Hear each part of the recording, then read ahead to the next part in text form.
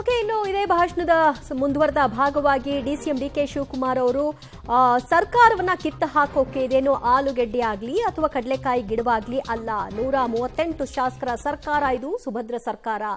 ತಾತ ಮಾಜಿ ಪ್ರಧಾನಿಯವರು ಹೋಗಿ ಅಲ್ಲಿ ಚನ್ನಪಟ್ಟಣದಲ್ಲಿ ಬೀಡು ಬಿಟ್ಟು ಮೊಮ್ಮಗನ ಗೆಲುವಿಗಾಗಿ ಹೋದ್ರು. ಆದರೆ ಅವರ ಗೆಲುವು ಸಾಧ್ಯವಾಗಲಿಲ್ಲ. ಇದು ಜನತೆ ಕೊಟ್ಟಂತಹ ಆಶೀರ್ವಾದ ಅಂತ ಕೂಡ ಹೇಳಿದ್ರು. ಹಾಸನದಲ್ಲಿ ಜೆಡಿಎಸ್ ಮತ್ತು ಬಿಜೆಪಿಯ ಈ ಒಂದು ಹೋರಾಟ ಏನಿದೆ, ಅವರ ಹೋರಾಟಕ್ಕೆ ಜನ ಯಾವುದೇ ಕಿಮ್ಮತ್ತು ಕೊಡಬೇಡಿ, ಮುಂದಿನ ದಿನಗಳಲ್ಲಿ 7ಕ್ಕೆ 7 ಕ್ಷೇತ್ರಗಳನ್ನ ನಮಗೆ ಗೆಲ್ಸ್ಕೊಡಿ ಅನ್ನುವಂತಹ ಮಾತನಾಡಿದ್ದಾರೆ ಡಿಕೆ. ತಾತ ಪ್ರಧಾನಮಂತ್ರಿ, ಮಗ ಮುಖ್ಯಮಂತ್ರಿ, ನಿಮ್ಮ ಕ್ಷೇತ್ರದಲ್ಲೇ ಇವತ್ತು ಚನ್ನಪಟ್ಟಣದಲ್ಲಿ ಜನ ನಿಮ್ಮನ್ನ ಒಪ್ಪಿಲ್ಲ, ಈ ರಾಜ್ಯದಲ್ಲಿ ಮತ್ತೆ ಒಪ್ಪಲಿಕ್ಕೆ ಸಾಧ್ಯ ಇಲ್ಲ. ಚುನಾವಣಾ ಸಂದರ್ಭದಲ್ಲಿ ಕುಮಾರಸ್ವಾಮಿ ದೇವೇಗೌಡರು ಬಂದು ಏನ್ ಹೇಳಿದ್ರು, ಈ ಸರ್ಕಾರನ 6 ತಿಂಗಳಲ್ಲಿ ಕಿತ್ತಾಕ್ಬಿಡ್ತೀನಿ ಅಂತ ಹೇಳಿದ್ರು. ದೇವೇಗೌಡರು ಹೇಳಿದ್ರು, ನಾವು ಬಿಜೆಪಿ ಇವರಿಬ್ರು ಸೇರಿ ಈ ಸರ್ಕಾರನ ಕಿತ್ತೆಸಿತೀನಿ ಅಂತಂದ್ರು. ದೇವೇಗೌಡ್ರೆ, ಹಾಸನದಲ್ಲಿ ಬೆಳೆಯುವಂತ ಆಲೂಗೆಡ್ಡೆ ಗಿಡ ಅಲ್ಲ,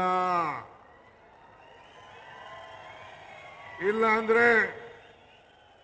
ಅಂದ್ರೆ ಕಡ್ಲೆಕಾಯಿ ಗಿಡ ಅಲ್ಲ ಕಿತ್ತಾಕಕ್ಕೆ.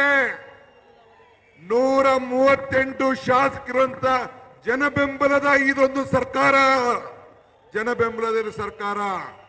ನಿಮ್ಮ ಹಣೆಯಲ್ಲೂ ಬರ್ದಿಲ್ಲ. 228ಕ್ಕೆ ಇದೇ ಈ ಜನತೆಯ ಕಾಂಗ್ರೆಸ್ ಸರ್ಕಾರ ಈ ದೇಶದಲ್ಲಿ ಅಧಿಕಾರಕ್ಕಿರ್ತದೆ. ಇದನ್ನ ತಾವು ಗಮನದಲ್ಲಿ ಇಟ್ಕೊಳ್ಬೇಕು. ಈ ರಾಜ್ಯದಲ್ಲಿ ಅಧಿಕಾರಕ್ಕಿರ್ತದೆ, ತಾವು ಗಮನದಲ್ಲಿ ಇಟ್ಕೊಳ್ಬೇಕು. ಆದ್ರಿಂದ ತಾವು ಎಲ್ಲ ರೈತರ ಮಕ್ಕಳಿದ್ದೀರಿ.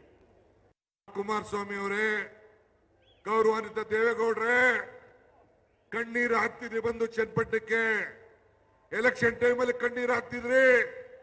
ನಾನು ನಿಮ್ಮ ಸಾಕ್ಷಿ ಗುಡ್ಡೆ ಏನು ಅಂತ ಕೇಳಕ್ಕೆ, ನಿಮ್ಮ ದೇವೇಗೌಡರ ಸಾಕ್ಷಿ ಗುಡ್ಡೆ ಈ ಹಾಸನದಲ್ಲಿ ಈ ರಾಜ್ಯದಲ್ಲಿ ಏನು ಅಂತ ಕೇಳಲಿಕ್ಕೆ ನಾನು ಏನು ಅಂತ ನಿಮ್ಗೆ ಬಯಸ್ತಾ ಇದ್ದೀನಿ. ಅದಕ್ಕೆ ತಾವು ಉತ್ತರ ಕೊಡಬೇಕು ಅಂತ ನಾನು ಒತ್ತಾಯ ಮಾಡ್ತಾ ಇದ್ದೀನಿ. ನಾನು ಬೇರೆ ನಿಮ್ಮ ಸಂಸತ್ ಸದಸ್ಯರ ಬಗ್ಗೆ, ಮಾಜಿ ಸಂಸದರ ಬಗ್ಗೆ ನಾನು ಮಾತಾಡೋದಿಲ್ಲ. ಆ ಸಾಕ್ಷಿ ಗುಡ್ಡೆ ಬಗ್ಗೆ ನಾನು ಚರ್ಚೆ ಮಾಡಕ್ ಹೋಗುದಿಲ್ಲ, ಅಸಹ್ಯ ಆಗ್ತದೆ.